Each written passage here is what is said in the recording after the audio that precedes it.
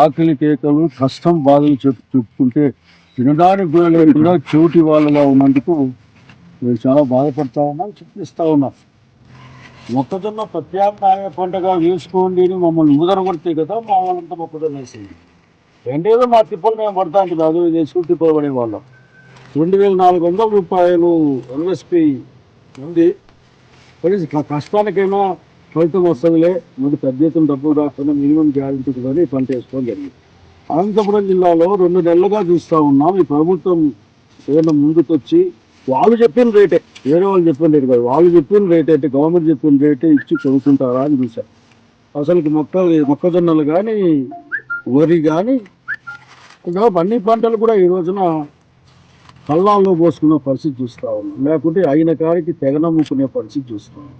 మొక్కజొన్నలు అయితే 1400 నుంచి 16-17 దాకా డిపెండింగ్ కానీ పోతా ఉన్నాం.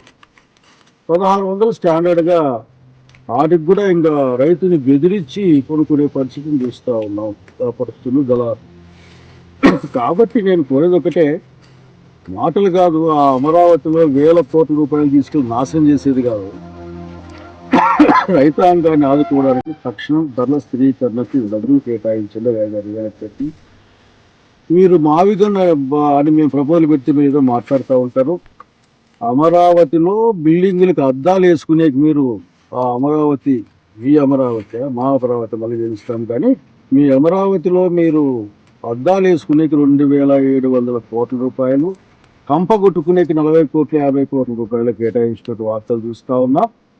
ఇవన్నీ కూడా రైతు యొక్క కడుపు కొట్టే ప్రయత్నం ఇది. ఇది రైతుల రాష్ట్రం, ఇది రైతుల పక్షాన వైఎస్ జగన్మోహన్ రెడ్డి నాయకత్వంలో ఏది ఏమైనా సరే రైతుల పక్షాన, రైతుల పక్షపాతి పార్టీ వైఎస్ఆర్ కాంగ్రెస్ పార్టీ నిలబడుతుంది. ఈ సందర్భంగా ఒక మాట చెప్పాలనుకుంటాం రైతాంగం కంటే కూడా. అక్కడికి 11వ తారీఖున ఉదయం మనం ఈ జిల్లా కలెక్టర్ని కలవడానికి పోతా ఉన్నాం. జిల్లా కలెక్టర్ని కలుస్తాం, బాధలు చెప్పుకునేకి, ఏం భయపడిచ్చేది కాదు, బాధలు చెప్పుకునేకి వెళ్తా ఉన్నాం. అక్కడికి తక్షణం కొనుగోలు కేంద్రాలు ఏర్పాటు చేయాలా, రైతాంగం దగ్గర కళ్ళాల్లో ఉన్నది ఇట్లా చూసే పొలంలో వదిలేసినారు. బహుశా ఏరిస్తే కూలన్నా గిట్టుబాటు అవుతుందో నాకు అనుమానం, అట్లుంది పరిస్థితి ఇక్కడ. కాబట్టి తక్షణం ప్రభుత్వం, చంద్రబాబు నాయుడు గారు, అట్లాగే డిప్యూటీ సీఎం గారు లేదంటూ ప్రస్తుతానికి ఇక్కడ బయట ఎక్కడ ఉన్నట్లున్నారు, వీళ్ళు స్పందించడం కాదు, ఇమ్మీడియట్గా కొనుగోలు కేంద్రాలు చేసి వరిని, మొక్కజొన్నని తక్షణం కొనాలని డిమాండ్ చేస్తున్నారు. 11వ తారీఖు కలెక్టర్ని కలుస్తాం.